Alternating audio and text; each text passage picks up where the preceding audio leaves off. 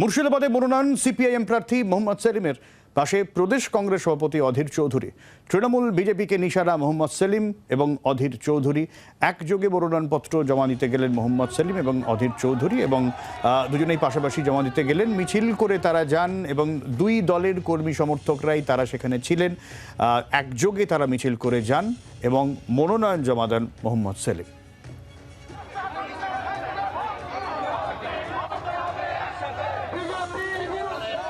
এবং যে ছবি সামনে আসছে, অধীর চৌধুরী, তার গলায় যে উত্তরীয় রয়েছে সেখানে হচ্ছে সিপিআইএমের প্রতীক, এবং একযোগে জোট বার্তা কংগ্রেস এবং বামের, যেখানে দলের শীর্ষ নেতা, রাজ্য স্তরের দুই শীর্ষ নেতা, তারা একযোগে গেলেন আর এক প্রার্থীর মনোনয়ন জমা দিতে। এবং অধীর চৌধুরীর গায়েও দেখছেন সিপিআইএমের যে প্রতীক, সেই প্রতীক দেওয়া উত্তরীয়।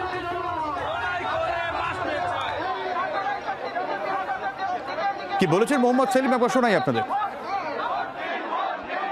আজকে বাংলাকে বাঁচানোর লড়াই বাম এবং কংগ্রেস একসঙ্গে লড়ছে, এবং এখানে বহরমপুর শহর তার সাক্ষী। মুর্শিদাবাদ জেলা আগামী দিনে গোটা বাংলা এবং ভারতবর্ষকে পথ দেখাবে। বাংলার আওয়াজ, বাঙালির আবেগ, জি 24 ঘন্টা।